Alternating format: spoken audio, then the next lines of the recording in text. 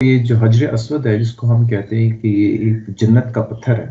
اچھا، اسی کانسیپٹ میں جب ہندوازم میں دیکھتے ہیں تو ان کے پاس بھی ایک پتھر جس کو وہ لنگا کہتے ہیں، تو وہ یہ کہتے ہیں کہ یہ انہی کا پتھر ہے جو مسلمانوں کے قبضے میں آ گیا. تو فرق کیا ہوا؟ وہ بھی ایک پتھر کو بڑا خاص سمجھتے ہیں اپنے، ہم بھی وہی سمجھتے ہیں. تو یہ ایسا تو نہیں کہ ان کا پتھر ہم نے قابو کر لیا. ہم جنت کا پتھر اس لیے کیوں کہا کہ شہاب ثاقب اوپر سے آیا، آ کے نیچے گرا اور ہم نے اس کو جنت کا پتھر بنا لیا. دیکھیے اللہ تعالیٰ نے یہ بات قرآن مجید میں واضح کر دی ہے کہ روئے زمین پہ خدا کا پہلا معبد، پہلا گھر وہ حرم ہی ہے. وہ یہی مکہ کی وادی ہے جہاں پر آباد کیا گیا. جس وقت سیدنا ابراہیم کو یہاں پر بھیجا تو قرآن مجید نے یہ بھی واضح کر دیا کہ انہوں نے اسی کی بنیاد سے اس گھر کو دوبارہ اٹھا کے تعمیر کیا. گویا گھر پہلے سے موجود تھا. جب یہ گھر پہلے سے موجود تھا تو تاریخ ہمیں یہ بتاتی ہے، اس پر بہت اچھا علمی کام کیا ہے.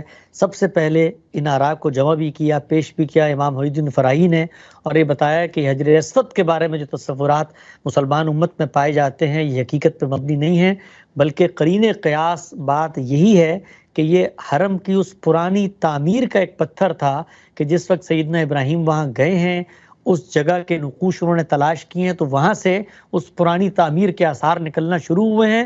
تو اس مبارک پتھر نے اس جگہ کی بھی تعین کی، تو آپ نے وہاں پر اپنے بیٹے کے ساتھ مل کے اس کی تعمیر نو بھی کی، اور اس پتھر کو جو پرانی تعبیر کا تھا اس کے اس تقدس کو پیش نظر رکھتے ہوئے وہاں پر رکھ بھی دیا. تو حجر اسود جو ہے وہ کوئی جنت کا پتھر نہیں ہے، وہ دنیا ہی کا پتھر ہے. انسانوں نے اس کو کسی عہد میں بنایا ہوگا، خدا کی معبد عبادت گاہ کا پتھر ہے. اور جب وہ پتھر وہاں رکھ دیا گیا تو اب دیکھیں یہ ایک حرکت ہے اپنی ذات میں، لیکن اس کو بھی ایک سمبل بنا دیا گیا کہ ہم وہاں جاتے ہیں تو اس پتھر کے سامنے کھڑے ہو کے استعلام کرتے ہیں.